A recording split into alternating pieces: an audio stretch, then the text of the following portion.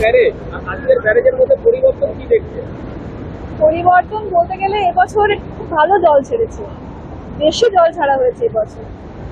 এখানে জল ছাড়লে তো নিচের দিকে ডুবে যাওয়ার একটা আশঙ্কা থাকে। ডুবে যাওয়ার আশঙ্কা থাকে, তো মানুষকে একটু সাবধানতা অবলম্বন করতে হবে, একটু ভালোভাবে থাকতে হবে যাতে সেরকম কোনো আশঙ্কা না থাকে, এটাই আর কি।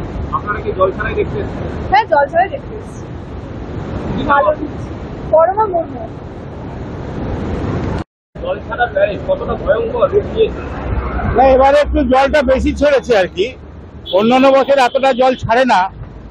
তা ধরুন এই জলটা বেশি ছাড়লে কি হবে, নিচের দিকে যে পল্লীগুলি আছে, মানাগুলি আছে, আরামবাগ, বর্ধমান, হুগলি, এগুলি সব জলের তলায় যায়।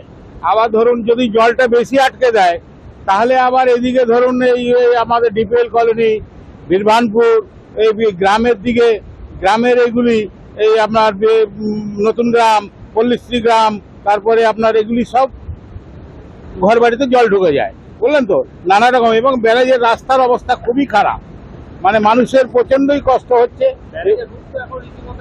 হ্যাঁ, ভয়ঙ্কর রূপ নিয়েছে।